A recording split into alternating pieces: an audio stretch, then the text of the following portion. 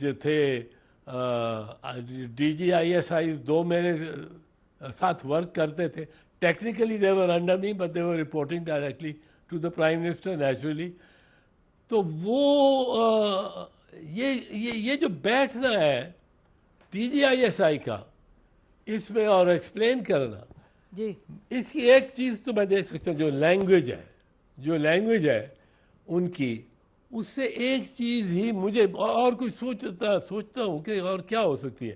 وہ خود آ کے چاہے بتائیں کسی وقت, لوگ یہ سوچتے رہیں گے.